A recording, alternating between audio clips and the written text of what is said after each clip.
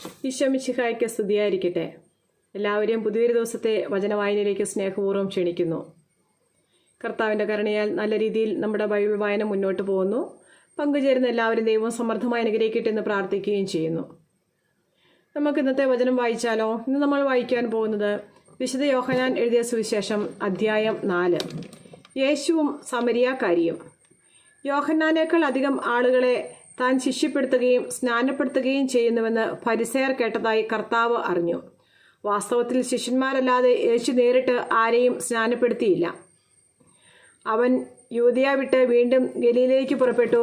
അവന് സമരിയായിലൂടെ കടന്നു പോകേണ്ടിയിരുന്നു. സമരിയായിലെ സിക്കാർ എന്ന പട്ടണത്തിൽ അവനെത്തി. യാക്കോബ് തൻ്റെ മകൻ ജോസഫിന് നൽകിയ വയലിനടുത്താണ് ഈ പട്ടണം. യാക്കോബിൻ്റെ കിണർ അവിടെയാണ്. യാത്ര ചെയ്ത് ക്ഷീണിച്ച യേശു ആ കിണറിൻ്റെ കരയിലിരുന്നു.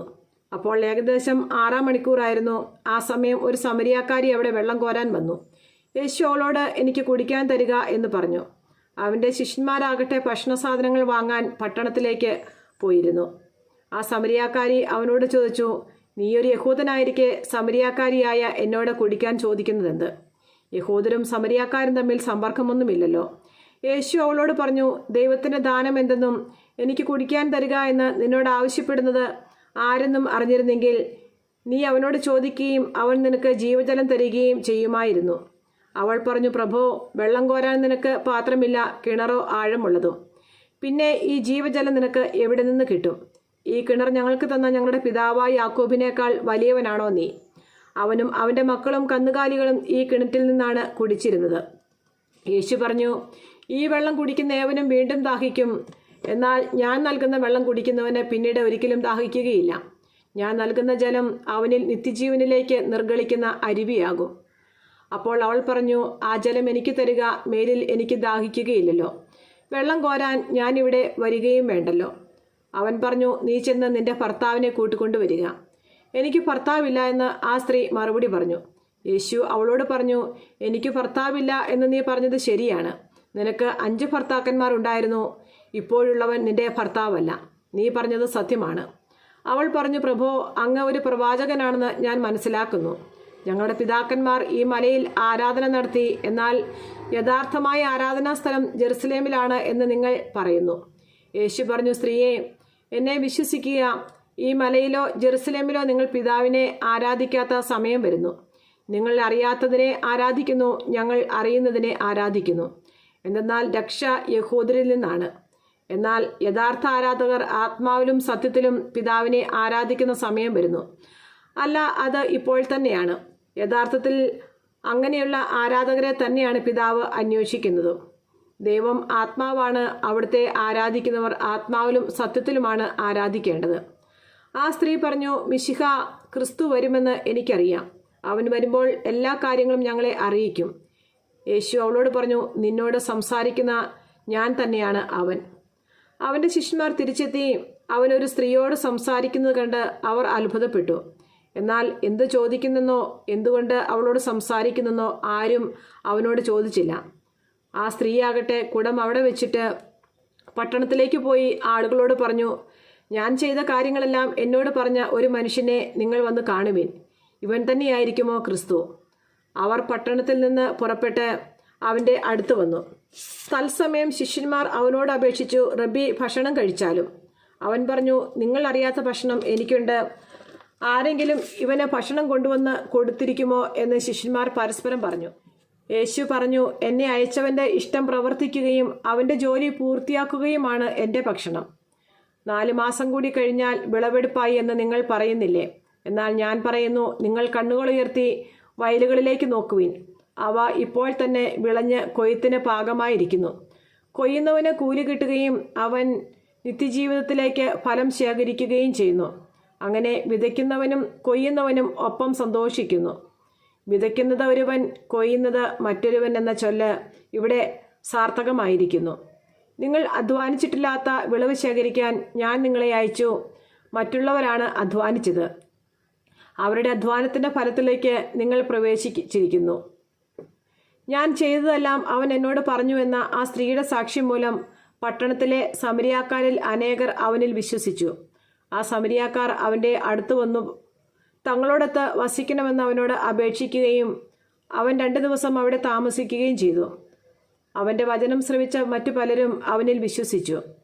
അവർ ആ സ്ത്രീയോട് പറഞ്ഞു, ഇനിമേൽ ഞങ്ങൾ വിശ്വസിക്കുന്നത് നിന്റെ വാക്കുമൂലമല്ല, കാരണം ഞങ്ങൾ തന്നെ നേരിട്ട് ശ്രവിക്കുകയും ഇവനാണ് യഥാർത്ഥത്തിൽ ലോകരക്ഷകനെന്ന് മനസ്സിലാക്കുകയും ചെയ്തിരിക്കുന്നു. രാജസേവകന്റെ പുത്രനെ സുഖപ്പെടുത്തുന്നു. 2 ദിവസം കഴിഞ്ഞ് അവൻ അവിടെ നിന്ന് ഗലീലയിലേക്ക് പോയി. പ്രവാചകൻ സ്വന്തം നാട്ടിൽ ബഹുമാനിക്കപ്പെടുന്നില്ല എന്ന് യേശു തന്നെ സാക്ഷ്യപ്പെടുത്തിയിരുന്നു. അവൻ ഗലീലയിൽ വന്നപ്പോൾ ഗലീലിയക്കാർ അവനെ സ്വാഗതം ചെയ്തു. എന്തെന്നാൽ തിരുനാളിൽ അവൻ ജെറുസലേമിൽ ചെയ്ത കാര്യങ്ങൾ അവർ കണ്ടിരുന്നു. അവരും തിരുനാളിന് പോയിട്ടുണ്ടായിരുന്നു. അവൻ വീണ്ടും ഗലീലയിലെ കാനായിലെത്തി. അവിടെ വെച്ചാണ് അവൻ വെള്ളം വീഞ്ഞാക്കിയത്. കഫർനാമിൽ ഒരു രാജസേവകൻ ഉണ്ടായിരുന്നു. അവൻ്റെ മകൻ രോഗബാധിതനായിരുന്നു. യേശു യൂദയായിൽ നിന്ന് ഗലീലയിലേക്ക് വന്നെന്ന് കേട്ടപ്പോൾ അവൻ ചെന്ന് തൻ്റെ ആസന്ന മരണനായ മകനെ വന്ന് സുഖപ്പെടുത്തണമെന്ന് അവനോട് അപേക്ഷിച്ചു. അപ്പോൾ യേശു പറഞ്ഞു, അടയാളങ്ങളും അത്ഭുതങ്ങളും കാണുന്നില്ലെങ്കിൽ നിങ്ങൾ ഒരിക്കലും വിശ്വസിക്കുകയില്ലല്ലോ. അപ്പോൾ ആ രാജസേവകൻ അവനോട് അപേക്ഷിച്ചു, കർത്താവേ, എൻ്റെ മകൻ മരിക്കും മുമ്പ് വരണമേ. യേശു പറഞ്ഞു, പൊയ്ക്കൊള്ളുക, നിന്റെ മകൻ ജീവിക്കും. യേശു പറഞ്ഞ വചനം വിശ്വസിച്ച് അവൻ പോയി. പോകും വഴി മകൻ സുഖം പ്രാപിച്ചിരിക്കുന്നു എന്ന വാർത്തയുമായി ഭൃത്യന്മാർ എതിരെ വന്നു. ഏത് സമയത്താണ് അവൻ്റെ സ്ഥിതി മെച്ചപ്പെട്ടതെന്ന് അവൻ അന്വേഷിച്ചു. ഇന്നലെ 7-ാം മണിക്കൂറിൽ പനി വിട്ടുമാറി എന്ന് അവർ പറഞ്ഞു. നിന്റെ മകൻ ജീവിക്കുമെന്ന് യേശു പറഞ്ഞത് ആ മണിക്കൂറിൽ തന്നെയാണെന്ന് ആ പിതാവ് മനസ്സിലാക്കി. അവനും കുടുംബം മുഴുവനും വിശ്വസിച്ചു. ഇത് യൂദയായിൽ നിന്ന് ഗലീലയിലേക്ക് വന്നപ്പോൾ യേശു പ്രവർത്തിച്ച 2ാമത്തെ അടയാളമാണ്. നമ്മുടെ കർത്താവായ യേശു മിശിഹായ്ക്ക് സ്തുതി. സങ്കീർത്തന പുസ്തകത്തിലുള്ള വായന, അധ്യായം 72. രാജാവിന് വേണ്ടിയുള്ള പ്രാർത്ഥന. ദൈവമേ, രാജാവിന് അങ്ങയുടെ നീതിബോധവും രാജകുമാരന് അങ്ങയുടെ ധർമ്മനിഷ്ഠയും നൽകണമേ. അവൻ അങ്ങയുടെ ജനത്തെ ധർമ്മനിഷ്ഠയോടും അങ്ങയുടെ ദരിദ്രരെ നീതിയോടും ഭരിക്കട്ടെ. നീതിയാൽ പർവ്വതങ്ങളും കുന്നുകളും ജനങ്ങൾക്ക് വേണ്ടി ഐശ്വര്യം വിളയിക്കട്ടെ. എളിയവർക്ക് അവൻ നീതി പാലിച്ചു കൊടുക്കട്ടെ. ദരിദ്രർക്ക് മോചനം നൽകട്ടെ. മർദ്ദകരെ തകർക്കുകയും ചെയ്യട്ടെ. സൂര്യചന്ദ്രന്മാരുള്ള കാലം വരെ തലമുറകളോളം അവൻ ജീവിക്കട്ടെ. അവൻ വെട്ടിനിരത്തിയ പുൽപ്പുറങ്ങളിൽ വീഴുന്ന മഴ പോലെയും ഭൂമിയെ നനയ്ക്കുന്ന വർഷം പോലെയുമായിരിക്കട്ടെ. അവൻ്റെ കാലത്ത് നീതി തഴച്ചു വളരട്ടെ. ചന്ദ്രനുള്ളിടത്തോളം കാലം സമാധാനം പുലരട്ടെ. സമുദ്രം മുതൽ സമുദ്രം വരെയും നദി മുതൽ ഭൂമിയുടെ അതിർത്തികൾ വരെയും അവൻ്റെ ആധിപത്യം നിലനിൽക്കട്ടെ. വൈരികൾ അവൻ്റെ മുമ്പിൽ ശിരസ്സു നമിക്കട്ടെ. അവൻ്റെ ശത്രുക്കൾ പൊടിമണ്ണ് നക്കട്ടെ. താർഷീഷിലെയും ദ്വീപുകളിലെയും രാജാക്കന്മാർ അവന് കപ്പം കൊടുക്കട്ടെ. ഷേബായിലെയും സേബായിലെയും രാജാക്കന്മാർ അവന് കാഴ്ചകൾ കൊണ്ടുവരട്ടെ. എല്ലാ രാജാക്കന്മാരും അവൻ്റെ മുമ്പിൽ സാഷ്ടാംഗം പ്രണമിക്കട്ടെ. എല്ലാ ജനതകളും അവനെ സേവിക്കട്ടെ. നിലവിളിക്കുന്ന പാവപ്പെട്ടവനെയും നിസ്സഹായനായ ദരിദ്രനെയും അവൻ മോചിപ്പിക്കും. ദുർബലനോടും പാവപ്പെട്ടവനോടും അവൻ കരുണ കാണിക്കുന്നു. അഗതികളുടെ ജീവൻ അവൻ രക്ഷിക്കും.